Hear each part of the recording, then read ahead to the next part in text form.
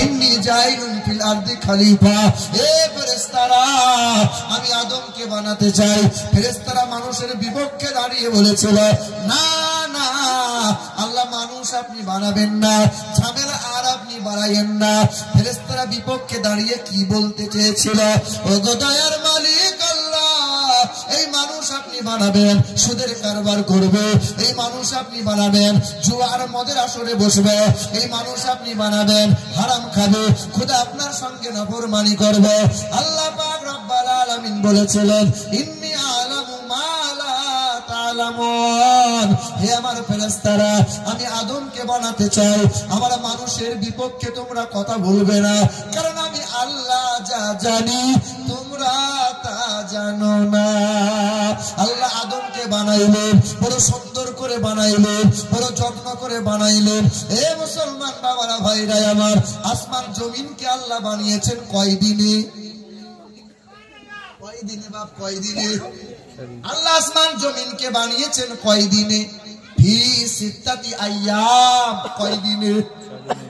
কিন্তু আমার আল্লাহ পাক মায়ের পেটের বাচ্চা, এক হাতের মতো লম্বা, 2 কেজির মতো ওজন, এই বাচ্চার আকৃতি দিতে, রূপ দিতে আমার আল্লাহ সময় নিয়েছেন 6 মাসের মতো।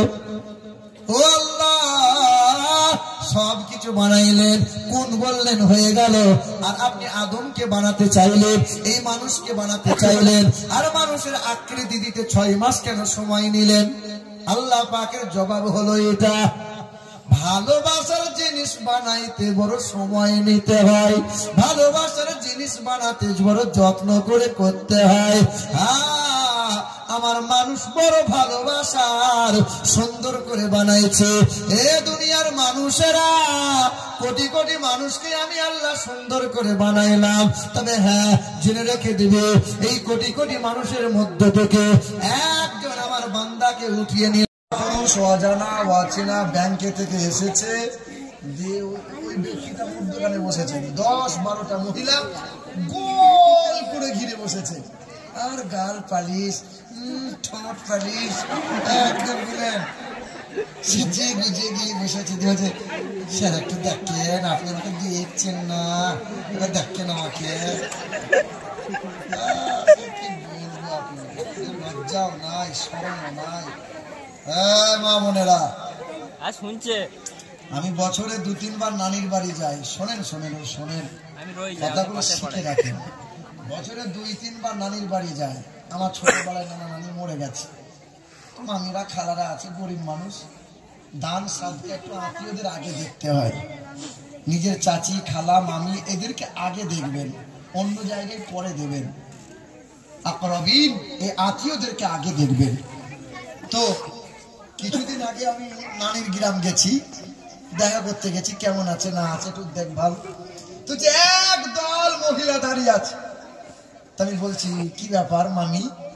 তো বলছে, বাপ মাস শেষ হয়েছে না, চাকরির টাকা ব্যাংক থেকে তুলতে গেলাম 1000 করে, পাচ্ছে না, এখানকার মা বোনরা পাই না। ইয়ের গো কি ভান্ডার বলছো না, কি ভান্ডার? লক্ষ্মীর ভান্ডার পাচ্ছে কি পাচ্ছে না বলো? তাই বললাম আলহামদুলিল্লাহ, 1000 করে তো পাচ্ছে, বিনা মেহনত বিনা পরিশ্রমে, ঠিক না ভুল? তা বলছে, বাপ তুই তো ভালো বলছিস, কিন্তু মমতা খালা যে অন্যায় করছে। তা আমি বলছি কিসের অন্যায়? আমি পাচ্ছি 1000, সালমার মা পাচ্ছে 1000, জরিনার মা পাচ্ছে 1000, কিন্তু কুদালের মা 2000 পাবে কেন? তাই বললাম, কুদালের বাপ যে মরে গেছে তো 2000 পাবে না? মরে গেলে বেজর ভাতা পাবে কি পাবে না? তা এইদিকে 1000, ওইদিকে 1000 পাবে। তখন আমার হাতটা এরকম করে ধরে বলছে, বাপ কত জায়গায় জলসা করছিস, মেদিনীপুর, কোচবিহার, মুর্শিদাবাদ, মালদা, দিনাজপুর, 24 পরগনা, এটা দোয়া করতে পারছি না। আমি তাই বললাম কি দোয়া করবো? বলছিলাম দোয়া করতে পারছি না, বুড়োটা মরে যায়, কারণ বুড়োটা মরে গেলে আমি বসে বসে 2000 পাবো। আস্তাগফিরুল্লাহ আস্তাগফিরুল্লাহ। হ্যাঁ খালা কি বলছো খালা? বলছে, বাপ বুড়োর কি লাভ? আর লাভ নাই, ওকে রেখে লাভ নাই। মা বোনেরা, স্বামী যদি বুড়ো হয় তো তবু স্বামীর পায়ের তলায় জান্নাত। স্বামীর সাথে দুর্ব্যবহার করো না। কত মহিলা আছে হিজাব পরে স্বামীকে তুই তুকারি করে, কত মহিলা আছে বোরকা পরে স্বামীর সাথে ভাষা খারাপ করে, স্বামীর সাথে দুর্ব্যবহার করে। নবী বলেছেন স্বামীর সঙ্গে দুর্ব্যবহার করে যে মহিলা, ওই মহিলা যদি তাহাজ্জুদের নামাজ পড়ে তবু মহিলার জন্য জান্নাত নাই, জান্নাত নাই, জান্নাত নাই। বলো, হার্ট অ্যাটাক করে মারা যায় মহিলা বেশি না পুরুষ মানুষ বেশি? হ্যাঁ, চিকিৎসা বিজ্ঞান বলছে পুরুষ মানুষের সংখ্যা হার্ট অ্যাটাক করে মারা যায় বেশি। কারণ মূল কারণ হলো তাদের বিবি। ওরা এত পরিমাণে মানসিক অত্যাচার করে, সারাদিন বাড়ি আসবেন ওই একটা কথা নিয়ে সারা রাত রাত পার হয়ে যাবে, কিন্তু কথা বন্ধ হবে না। সংসারে আগুন লাগে কিসের কারণে? মহিলাদের মুখের কথার কারণে। এটা আমার জানা। একটা জালসা করে বাড়িতে বসে আছি, আর এক মহিলা বারবার শুধু উঁকি মারছে। তাই বললাম এই বোনটা উঁকি মারে কেন? তা বলছি হুজুর আপনার সাথে কথা বলতাম। কিসের কথা? একটা তাবিজ দেন আমাকে। কিসের তাবিজ? বলে আমার স্বামী আমাকে দেখতে পারে না, খুব গালমন্দ করে, ভাষা খারাপ করে। তাই মনে মনে চিন্তা করলাম কি তাবিজ আর দিই, কি আর দিই। ঘরে একটা ক্যালেন্ডার ঝুলছিল, বুঝলেন? তাবিজ সাংঘাতিক। ক্যালেন্ডারটা ছিঁড়ে দিয়ে এমনি সুতোই করে কড়া করে বেঁধে দিয়েছি। তাই বললাম সারাদিন যখন মেহনত করে স্বামী তোর বাড়ি আসবে, সঙ্গে সঙ্গে তাবিজটা দাঁতে করে টিপে ধরে থাকবি, মুখ থেকে তাবিজ বার করবি না, কথা বলবি না। 40টা দিন পার হয়ে গেছে, ফোন করে বলছে হুজুর আপনার তাবিজটা সাংঘাতিক। আমার স্বামী এত ভালো হয়েছে আর গাল বন্ধ করে, করবে কি করে? তত মুখ বন্ধ করেছে। কি বলছো? বাবাজিরা মাইক যেন হাসছে। আল্লাহ কবুল করুক, আল্লাহ হিদায়াত দান করুক। এত রাতের জলসা, একটু না হাসলে ঘুম ভাঙবে না, বুঝলেন? জিগের ঘরে লা ইলাহা ইল্লাল্লাহ, লা ইলাহা ইল্লাল্লাহ, লা ইলাহা ইল্লাল্লাহ, মুহাম্মাদুর রাসূলুল্লাহ। নাই কোনো খালিক তুমি ছাড়া, নাই কোনো মালিক তুমি ছাড়া, নাই কোনো মাবুদ তুমি ছাড়া, নাই কোনো মাসুক তুমি ছাড়া। লা ইলাহা ইল্লাল্লাহ, লা ইলাহা ইল্লাল্লাহ, মুহাম্মাদুর রাসূলুল্লাহ। হে মুসলমান বাবারা, ভাইরা আমার, ও মা বোনেরা, কষ্ট নিও না, দুঃখ নিও না। এই কোরআন ছেলে মেয়েদের বুকে কোরআন তুলে দাও।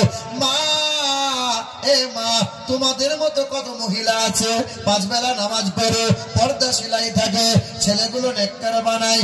আমার মা আমাকে নিয়ে গর্ব করে। আমার মা যেমন একজন মা, তুমিও তো একজন মা।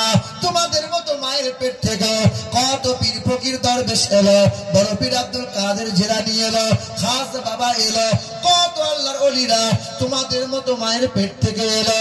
এ মা, তোমার তো 2টা 3টা 4টা সন্তানের মা। কত মহিলার সন্তান হয় না, রাত দিন কান্না করে, আফসোস করে।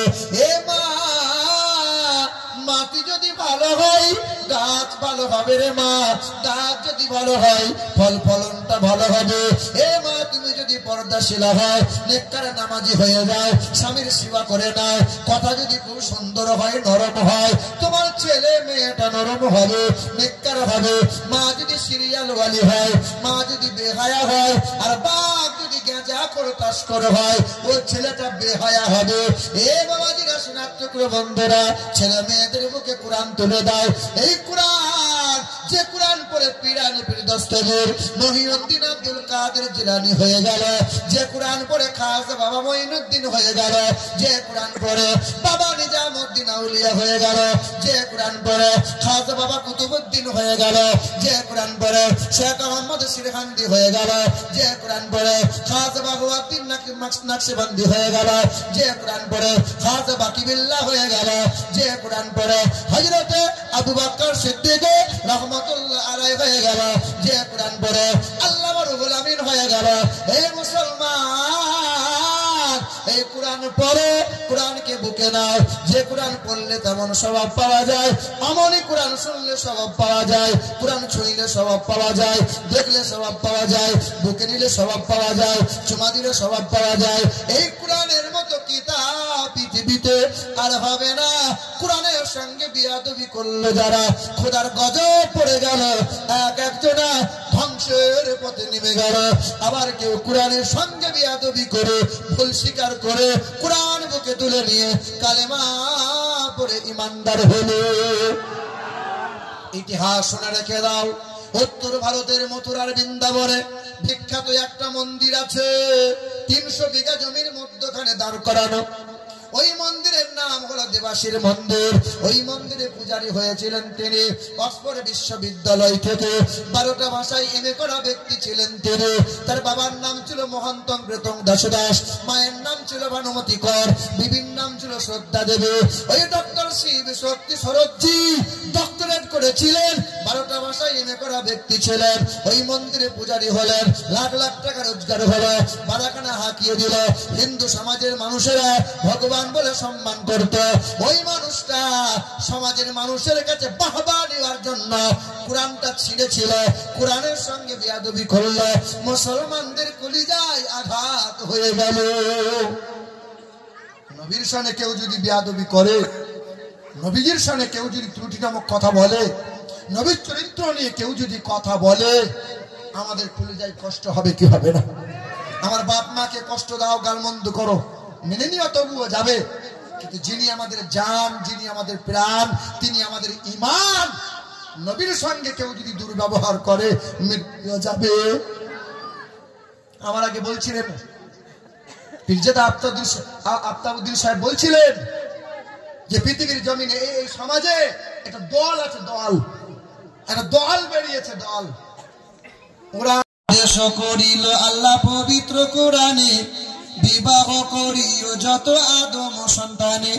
কোরআনে আদেশ আল্লাহ যদি না করিত, আরে মানুষের বংশ সব ধ্বংস হয়ে যেত। কিন্তু হাই বর্তমানে হইতেছে এমন, বেটির বিয়েতে বেটার বাপ নিচ্ছে কত পণ। কেউ বা নিচ্ছে সোনা দানা, কেউ বা টাকা করি, কেউ বা নিচ্ছে জমি জায়গা, কেউ বা নিচ্ছে বাড়ি। আবারও কত বাপজি বলে দেখি নিব না কোপন। আরে বেটা বেটি সাজিয়ে দিকে বিয়ায় আপন। টাকার বেলায় সাধু সাজে, জমির বেলায় চোর। আর বর্তমানে কিছু বেটার বাপ এমনি হারাম খোর। চোর লোকে চুরি করে অন্ধকার হলে, আর বেটার বাপ চুরি করে দিনেরই আলোতে। হায়রে বেটার বাপ তুমি এমনি লোভী হলে, আর টাকার বদলে বেটা বিক্রিও করিলে। এখানে বাজার কোথায় আছে? রামপ্রসাদ বাজারে শুনি বিক্রি হয় পাঁঠা। আরে পাঁঠার মতো বিক্রি করো তোমরা নিজের বেটা। তোমার জন্য কত নারী বিষ পান করে, আর কত নারী গলায় দড়ি দিয়ে ঝুলে মরে। এর জন্য কে বাদাই জানো বেটার বাপ। আরে বেটির বাপের কাছে নিচ্ছ তুমি শত শত অভিশাপ। বাপ বিয়ের কাছে দাবি করে টাকা যেন নিয়েন না। 2 বোনের হকটা যেন মারবেন না। বাপ মরে গেছে, 2-4টে ছেলে, মানে বাপের ছেলেরা বসে তখন আলোচনা করছে, ভাগ বন্টন হচ্ছে সম্পত্তি। আপন বোনটা ছুটে এসে বলছিল, ভাই আমার সম্পত্তিটা কই? তখন ওই যে তোমার আমার মতো ছ্যাঁচোর ভাইটা তখন বলছিল, এই সম্পত্তি নেবে, কোনোদিন আসবেন আমার বাড়িতে, খালি না, মানে বোনের সম্পত্তিও নেবে, তবে বোনকে খেতে দেবে। আজও কত মানুষ বোনের সম্পত্তি দেয়নি, চাষ করে, ভোগ করে করে খায়, আর মসজিদে তসবিহ গুনতে বলছে রব্বানা যালামনা। ফেরেশতা বলছে, আয় তোকে ছিলে কাঁচা লঙ্কা যদি না দিতে পারি তুই আয় একবার। হক মারা ব্যক্তির জন্য জান্নাত নাই বাপ।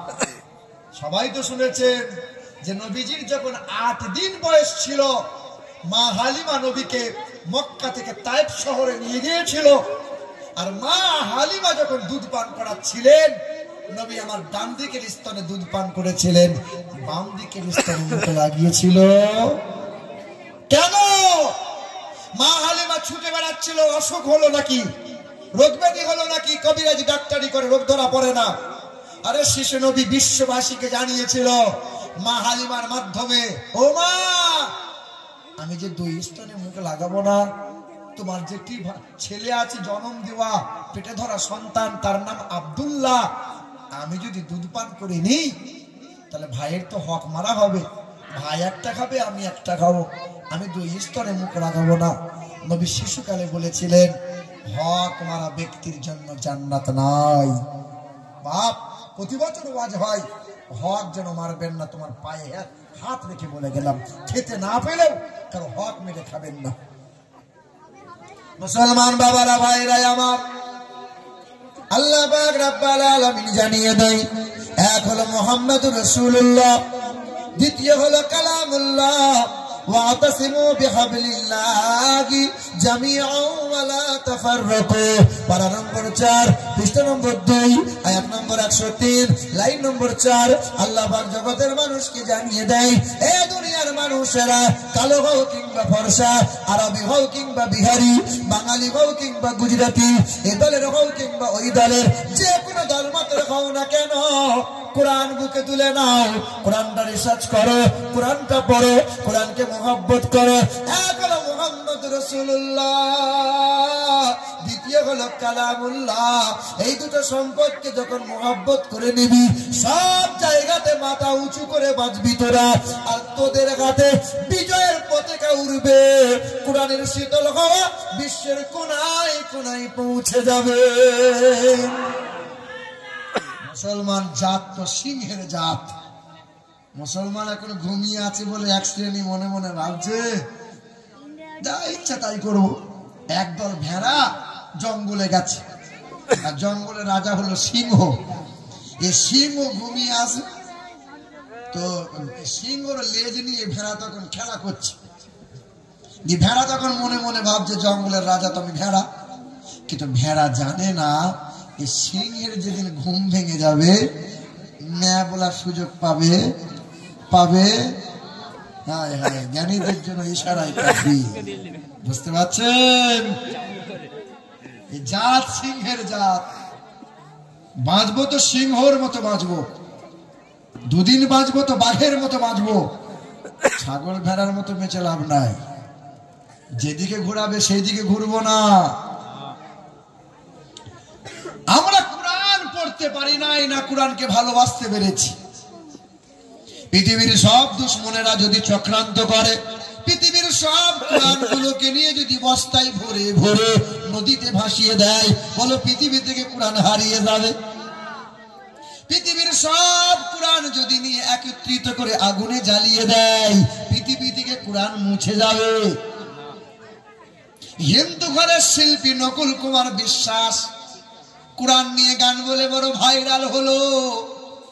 যদি আগুন লেগে ধ্বংস হয় পৃথিবীর সব বইয়ের দোকান, বিশ্ব থেকে হারাবে না পবিত্র কোরআন। আর একটু আস্তে করে বলো তো। জোরে বললে আস্তে হয়, আস্তে বললে জোর হয়। 12টা পার হয়ে গেছে, ব্যাটারি ডাউন হয়ে গেছে নাকি? জোরে বলো সুবহানাল্লাহ। একটু আস্তে করে বলো তো নারে তাকবীর। একটু মহব্বতে জোরে বলো তো নারে তাকবীর, নারে তাকবীর। হিজবুল্লাহ, হিজবুল্লাহ। মক্কা শরীফ, মদিনা শরীফ, আজমির শরীফ, ফুরফুরা শরীফ, নারে তাকবীর। কষ্ট হচ্ছে না তো? চলবে চলবে তো নাকি? মুসলমান বাবারা ভাইরা আমার শোনেন, যদি আগুন লেগে ধ্বংস হয় পৃথিবীর সব বইয়ের দোকান, আরে বিশ্ব থেকে হারাবে না পবিত্র কোরআন। বলো কেমন করে করবে ধ্বংস তোমার আগুনের তেজ? আরে বিশ্বে ভরা লক্ষ লক্ষ আছে কোরআনের হাফেজ। আবার ছাপাবে তারা আসমানি গ্রন্থ, বাঁচাবে ইসলামের ঈমান, আর বিশ্ব থেকে হারাবে না পবিত্র কোরআন। মা বোনটা শুনছে নাকি? পর্দা করা আছে, লাইভ চলছে। তো এখানকার মা বোনটা খুব ভালো, স্বামীদের কথা মতো চলে, স্বামীর গায়ে তেল পায়ে তেল দেয়। দেয় কি দেয় না? হাসবেন না, সত্যি বলেন না তো। এরকম ব্যঙ্গ করছেন কেন? আমাদের বর্ধমান ডিস্ট্রিক্টের মেয়েরা একটু ফ্যাশনে চলে, এখানকার মা বোনটা ভালো। শুনেছি খবর, আমাদের ঘরে আমাদের ওদিককার মহিলারা সারাদিন যদি মেহনত করে আসি, সালমার মা এক গ্লাস ঠান্ডা পানি দাও, তো সুর করে বলবে কলসিতে আছে ঢেলে খাও, দেবে না। রাতের বেলা একটু জ্বর মনে হলে যদি বলা হয় দুটো গমের আটা শুকনো রুটি করে দাও, বলে রেশনের দোকান থেকে গমের আটা এনেছো মনে নাই, ওই প্যাকেটওয়ালা দিয়ে করে খাও। তুমি কি করবে? বলে আমি সিরিয়াল দেখবো। এখানকার মা বোনটা ভালো, বন্ধনের লোন গ্রুপ লোন করে না, করে। শোনেন, মা বোনটা মনে মনে ভাবছে যে সবার হচ্ছে, তা আমাদের কেন বলছে না? এ বাবা, আমার গ্রামের মেয়েরাও বন্ধনের লোন খুব করছিল, বলে বলে একটু কমেছে। সকালবেলায় দরজার কাছে বসে আছি, পাশের বাড়ি ভাবি সম্পর্কে হয় বুঝলেন, একদম কুচিয়ে শাড়ি পরেছে, পেটটা অর্ধেকটা বার করেছে, আর কাঁধে একটা ব্যাগ নিয়ে একবারে কিচিক কিচিক করে যাচ্ছে বুঝলেন। আমি মনে মনে ভাবছি হয়তো ব্যাংকের ম্যানেজারই পেয়েছে বোধহয়। দেখবেন যারা গ্রুপ লোন বন্ধনের লোন করে, ওরা এমন ভাব নেবে ওরা ম্যানেজার ওই বোধহয়। কি বলছে বলো?